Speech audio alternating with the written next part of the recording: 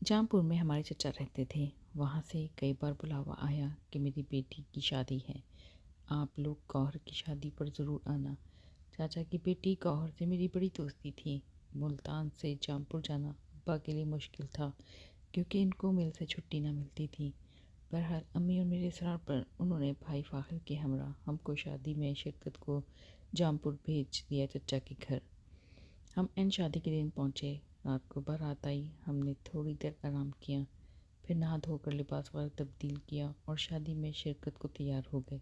चूँकि बारात दूर के गांव से आनी थी, लिहाजा गौहर को भी सरे शाम दुल्हन बना दिया गया। दूल्हा वाले शाम 6 बजे बारात लेकर आ गए। इनके आते ही शादी की रस्मां शुरू हो गई। जब दुल्हन का रुखसती का वक्त आया तो वो खुश खुश रुखसत हुई, मगर उसकी सहेली फूट फूट कर रोने लगी। तभी मैंने इस लड़की के बारे में सनोबर से पूछा कि ये कौन है और इस कदर क्यों रो रही है। मेरी कज़न ने बताया कि इसका नाम नूर है, ये हमारे मोहल्ले की लड़की है। इसको शादी के साल बाद तलाक हो गई थी। अपनी गुजरी हुई खुशियों को याद करके रो पड़ी है। शायद अम्मी को ये सुनकर बड़ा दुख हुआ। भाई फ़ाखिर भी करीब मौजूद थे। उन्होंने भी सनोबर की बात सुन ली थी और नूर के दुख को दिल से महसूस किया। नूर एक बेहद खूबसूरत लड़की थी, ऐसा हुस्न कम ही देखा था। फ़ाखिर भाई को लड़की अच्छी लगी। अगले रोज़ अम्मी से कहा, क्या मेरे लिए लड़की तलाश कर रही हैं? अगर नूर को बहू बना लें तो नेकी होगी। तलाक याफ्ता है तो क्या हुआ, इसको दोबारा घर बसाने का हक तो मिलना चाहिए। माँ ने चाची से बात की। वो बोली, लड़की अच्छी है, तलाक भी इसको नाहक हुई थी, हालात ही ऐसे बन गए थे। मगर एक बात और भी है कि नूर का एक बेटा भी है। क्या आप लोग इसके बेटे को कबूल करेंगे? क्योंकि इस लड़के के बाप को फांसी हो चुकी है कत्ल के इल्ज़ाम में। अब हमको नूर की ज़िंदगी की कहानी से और भी दिलचस्पी हो गई। चाची से सदा की कि सारा वाक़या बताइए कि इस लड़की के साथ क्या हुआ, इसको क्यों तलाक हुई और इसके शौहर ने किसको और क्यों कत्ल किया था। तब चाची ने बताया कि नूर के वालिदैन पुराने पड़ोसी हैं। ये बचपन में गौहर के साथ खेला करती थी, हंसमुख और चंचल बच्ची थी। जब 15 बरस की हुई तो इसके बाप ने इसकी शादी अपने रिश्तेदार के एक लड़के से कर दी और ये ब्याह कर गाँव चली गई। इसके ससुराल वाले काफ़ी सख्त लोग थे और नूर से बहुत काम लेते थे।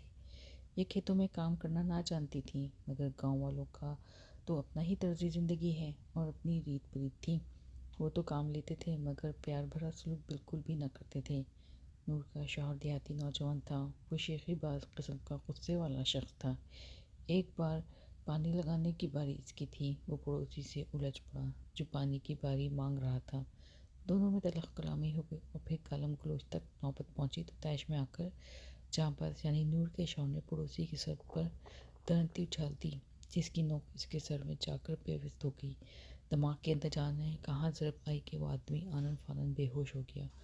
इसको अस्पताल लेकर गए लेकिन इसे होश ही ना आया और वो बेहोशी की आलम में फौत हो गया। जांबाज गिरफ्तार कर लिया गया। केस चला। इसको उम्र कैद की सज़ा हो गई। जब जांबाज गिरफ्तार हुआ तो नूर उम्मीद से थी, लेकिन एक माह तक खुद इसको भी इल्म ना था कि वो उम्मीद से है। जब इसे इल्म हुआ तो इसने कमाकरी के सबब सास को ना बताया बल्कि अपनी माँ को बताया। इसकी माँ ने सोचा, जाने जांबाज को क्या सज़ा होती है, वो जेल से जिंदा भी निकलेगा या नहीं, क्या पता इसको पड़ोसी के कत्ल के जुर्म में फांसी हो जाए। ऐसे में अगर मेरी बेटी ने बच्चे को जन्म दिया तो ये पाबंद हो जाएगी और बच्चा मेरी लड़की की दूसरी शादी की राह में रुकावट बनेगा। बस इसने बेटी को तलकीन की कि 1-2 माह सब्र कर लो और अभी ये खबर किसी को ना दो। वो नूर को अपने घर ले आई जबकि जांबाज जेल में था। इधर जांबाज को अंदाज़ा था कि अगर वो फांसी लगने से बच भी गया तो उम्र कैद होगी, तब वो तवील अरसे तक जेल में ही रहेगा। इसने ये सोचकर नूर के बाप को बुलवाया और पूछा, चाचा तुम बेटी के बारे में अब क्या सोच रहे हो? मेरे केस का कुछ पता नहीं, क्या फ़ैसला हो? क्या वो लंबे अरसे तक मेरा इंतज़ार कर सकती है? नूर के वालिद ने कहा, बेटा अभी तो हम तुम्हारा इंतज़ार करते हैं और अल्लाह से अच्छी उम्मीद रखते हैं, लेकिन तुमको अगर उम्र कैद हो गई तो हम तुम्हारा इंतज़ार नहीं करेंगे। मेरी बेटी कम उम्र है, इसकी दूसरी जगह शादी का तो सोचना पड़ेगा। ससुर के मुंह से बात सुनकर इसका हौसला पस्त हो गया और दिल को ठेस लगी। कहा कि ठीक है, मैं आपकी मजबूरी पर कुछ दिन गौर करने के बाद जवाब दूंगा। जाबाज ने सोचा, गौर किया, फिर नूर को भी जेल से ही तलाक भिजवा दी कि वो तो कत्ल के जुर्म का मुर्तकब हो चुका है, ख्वाह तैश में या गुस्से में। दूसरे की जान तो चली गई थी, फरीकुन ने तगड़ा वकील किया हुआ था, जबकि इसके बाप के पास अच्छे वकील रखने के भी पैसे न थे। यकीन था सज़ा होनी ही है, लिहाजा इसने यही सोचा कि मेरी ज़िंदगी बर्बाद हो गई, बेचारी नूर को क्यों पाबंद रखो, इसको आज़ाद कर देना ही ठीक है। नूर को तलाक मिल गई। वो बहुत रोई, माँ से कहा कि मैं जाँबाज़ की कैद से तो आज़ाद हो गई, मगर एक और पाबंदी की तो असीर हूँ। ऊपर से तुमने मेरी उम्मीद से होने की खबर भी छुपाई। अब सास ससुर को भी इल्म नहीं था है कि मैं इनके बेटे की औलाद को जन्म देने वाली हूँ। माँ, अब बता तू, मेरे होने वाले बच्चे का क्या बनेगा? बेहतर है कि अब भी जाँबाज़ उसके वालिदैन को खबर कर दो। माँ ने कहा, अभी तुम्हारा कुछ नहीं बिगड़ा, क्यों ना इसको इस दुनिया में आने ही न दिया जाए। वैसे भी उम्र भर एक कातिल का बच्चा ही कहलाएगा। भला एक कातिल की औलाद का क्या मुस्तकबिल क्या हो सकता है? ये तो उम्र भर तुम्हारे लिए भी कलंक का टीका बना रहेगा। नूर इस पर राज़ी ना हुई। इसने कहा, बेशक मुझे तलाक हो गई है, लेकिन मैं अपने बच्चे को ज़िंदगी दूंगी और इसको हरगिज़ दुनिया में आने से पहले ख़त्म करने की तदबीर ना करूँगी। इस जुल्म पर खुदा भी मुझसे नाराज़ हो जाएगा। पर इसने एक सोच की, लड़की ने माँ का कहा ना माना और 6 माह बाद बेटे को जन्म दिया। इसको यकीन था अगर जांबाज की ज़िंदगी हुई वो इस खबर पर खुश ज़रूर होगा। इसने ससुराल और जांबाज को भी जेल में इत्तला कराई कि इसने बेटे को जन्म दिया है। जांबाज जेल में इस खबर से खुश हुआ और उसने खुदा से दुआ की कि इस बच्चे की खातिर वो इसको सही सलामत जेल से निकाल ले, लेकिन ये कुदरत को मंजूर ना था। जांबाज को सज़ा होकर रही। नूर और इसका बच्चा अपने नाना के घर परवरिश पाने लगी, चूँकि इसकी बेवकूफ़ माँ ने इस खबर को सबसे छुपाए रखा था। इस वजह से मोहल्ले के लोग भी नूर की तलाक के बारे में गलत अंदाजे से सोचने लगे। कुछ बदफितरत किस्म के लोगों ने इस किस्म की बात उड़ाते कि शौहर ने इसको इसी सबब तलाक दे दी कि नूर के किसी से मरासम थे। इसने कत्ल भी इसी रकाबत में किया। नूर के सास ससुर ने भी इस बच्चे को पोता मारने से इनकार कर दिया, जबकि ये बातें सरासर गलत थीं। जांबाज तो नूर को बहुत चाहता था। इसने तलाक भी इसलिए भेजी ताकि वो आज़ादी से जैसे चाहे ज़िंदगी बसर कर सके। इसको बीवी के किरदार पर कोई शक न था, क्योंकि नूर ऐसी लड़की थी ही नहीं। इस बच्चे का ताना एक बार नूर के बाप को मोहल्ले के एक आवारा नौजवान ने दिया तो वो गुस्से में आग बबूला उठा। इसने सामने पड़ी ईंट उठाकर इस आवारा फिक्रे कसने वाले को दे मारी। जो इसके सर पर जा लगी, वो जहाँ खड़ा था वहीं तड़प कर मर गया। एक सानहा पहले जांबाज के गुस्से की वजह से हो चुका था, एक और हो गया। नूर का बाप जेल पहुंच गया, इस पर भी कत्ल का केस बन गया। दोनों बदकिस्मत मर्द जेल की नज़र हो गए। नूर और उसकी माँ बेआसरा हो चुकी थी। मोहल्ले की औरतें तानाजनी करती कि पहले शौहर को जेल कराई और फिर बाप भी इसके कारण जेल चला गया। जिसको फांसी हो जाएगी, खुदा ऐसे ही बदबख्त बेटी किसी को ना दे। इन बातों के नूर के दिल पर बहुत असर होता था। वो पहले कौन सी सुखी थी, माँ भी इसको बुरा भला कहने लगी तो वो अपनी ज़िंदगी से तंग आ गई। एक दिन जब इसके बेटे ने दूध के लिए रोना चिल्लाना शुरू किया तो नूर की माँ ने बेटी और नवासे को कोसना शुरू कर दिया कि इन्होंने यहाँ घर में भैंस नहीं बांध रखी है जो ये लाडला हर वक्त दूध के कटोरे चढ़ाए। ये बात सुनकर नूर इस कदर दिल बर्दाश्त हुई कि बेटे को उठाकर घर से निकल गई और तो कुछ ना सूझा, रेलवे स्टेशन जाकर एक ट्रेन में बैठ गई जो शहर जा रही थी। रास्ते में रोते पाकर एक खुदादर्द औरत ने इसका टिकट बनवाया और फिर इसको अपने साथ ले आई। ये औरत मुल्तान से कराची अपने भाई के घर जा रही थी, जो कराची में अच्छी पोस्ट पर था। इसके भाई का नाम अकरम और भाभी का नाम ज़ैदा था। नूर की दास्तान सुनकर लोगों ने इसको पनाह दे दी, क्योंकि अकरम की ज़मीन भी मुजफ्फरगढ़ के पास थी। और नूर ने जब माँ बाप का बताया तो अकरम ने कहा, मैं तुम्हारे वालिद को जानता हूँ। अकरम की बीवी को एक मुलाजमा की ज़रूरत थी और ये जोड़ा बे औलाद भी था। नूर के बच्चे को इन लोगों ने गोद ले लिया और वो इनके घर काम करने लगी। वो यहाँ बहुत खुश व खुर्रम थी। इन लोगों के हुस्न सलूक से गोया पिछले गमों भूल गई थी। जब अकरम साहब अपनी ज़मीनों की खबरगिरी करने मुजफ्फरगढ़ गए तो नूर के वालिद के घर भी गए। इसकी माँ को तसल्ली दी और अहवाल बताया कि तुम्हारी बेटी और नवासा हमारे घर में है। वो बेटी और नवासे की गुमशुदगी से काफ़ी परेशान थी। अकरम साहब को भी कराची ले आए और माँ भी नूर के साथ इन्हीं घर में रहने लगी। 4 बरस बीत गए तो अकरम साहब को उन्होंने कहा, हम वापस अपने घर जाना चाहती हैं, देखना चाहती हैं कि घर का क्या हाल है। वो इनको मुल्तान ले आए। यहाँ आकर उन्होंने रिश्तेदारों के कहने पर जामपुर में ही रहने का फ़ैसला किया तो अकरम साहब ने इन्हें मजबूर ना किया। یہ وہ وقت تھا جب نور کے والد کی پھانسی پر عملدار آمد ہونا تھا۔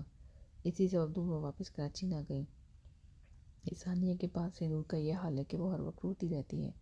کسی کی خوشی ہو کہ غم، اس کو بس رونے کا بہانہ چاہیے۔ گوہر سے اس کا دل لگا رہتا تھا، تبھی اس کی رخصتی پر سے رونا آ گیا۔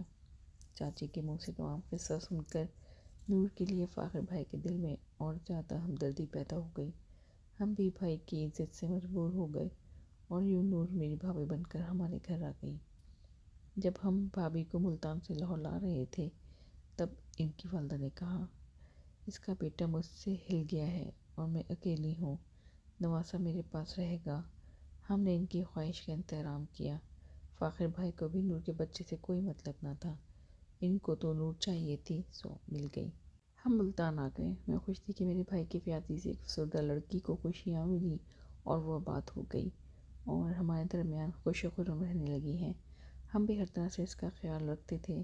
فاخر بھائی اور نور کی شادی کے 4 برس بعد اس کی ماں فوت ہو گئی۔ بھابھی کے ہمراہ ہم بھی جام پور گئے۔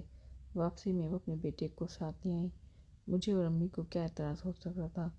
بظاہر تو بھائی جان کو بھی اعتراض نہ تھا کہ بچہ اکیلا رہ گیا تھا، ماں کے پاس نہ رہتا تو کہاں رہتا۔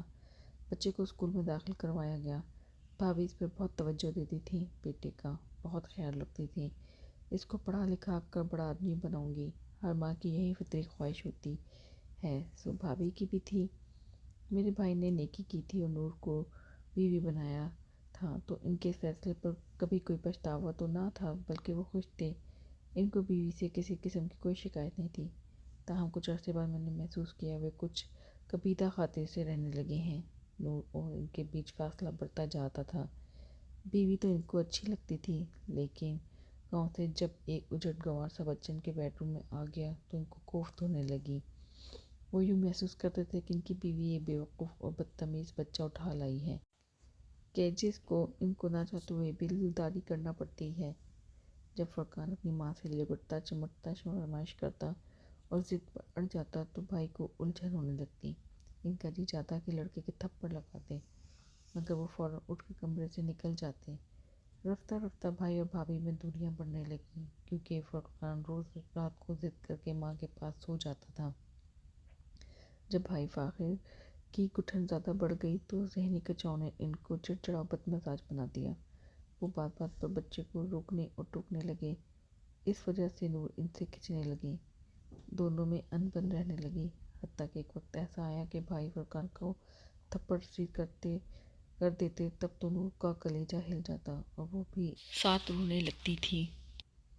اب معاملہ سلجھنے کے بجائے الجھنے لگا تھا۔ بھابھی کہتی کہ تم فاخر میرے بچے سے نفرت کرتے ہو، بار بار یہی بات ان کے لبوں پر آ جاتی۔ بالآخر ایک دن بھائی نے بھی کہہ دیا کہ ہاں میں اس سے نفرت کرتا ہوں، نہیں کر سکتا اس کو برداشت، بے شک اس کو اس کے دودیال میں دے آؤ۔ پتہ نہیں کیوں اس کے دودیال والے اس کو قبول نہیں کرتے، کہیں ان کا کہنا سچ ہی نہ ہو۔ میں تو بھائی کے منہ سے ایسے الفاظ سن کر سناٹے میں آ گئی، سوچ بھی نہ سکتی تھی کہ وہ ایسے لفظ منہ سے نکال سکتے ہیں۔ بس وہ دن آخر ہوا۔ نور بھابھی کا یہ طعنہ دل میں بے بس ہو گیا۔ اس روز وہ بغیر کسی سے کچھ کہے فرقان کو لے کر گھر سے چلی گئی۔ اس دن سخت گرمی تھی۔ کھانا کھا کر سب سو رہے تھے۔ بھائی آفس میں تھے جب دبے قدموں بھابھی نے گھر چھوڑ دیا تھا۔ برسوں گزر گئے، آج تک بھائی اور ہم ان کو نہیں ڈھونڈ سکے۔ اب بھائی پچھتاتے ہیں کہ کاش میں نے ایسا نہ کیا ہوتا، کاش میں نے بچے سے حسد کرنے کے بجائے اس کو باپ کا پیار دیا ہوتا۔ پیار نہ دے سکتا تھا تو برداشت ہی کر لیتا، لیکن انسان بھی عجیب مخلوق ہے، خود کو بھی نہیں سمجھ پاتا۔ نیکی کرنے کے لیے بھی بڑا حوصلہ چاہیے۔ اگر بھیا نے حوصلے سے کام لیا ہوتا تو نور کیوں سے پھر سے در بدر ہوتی۔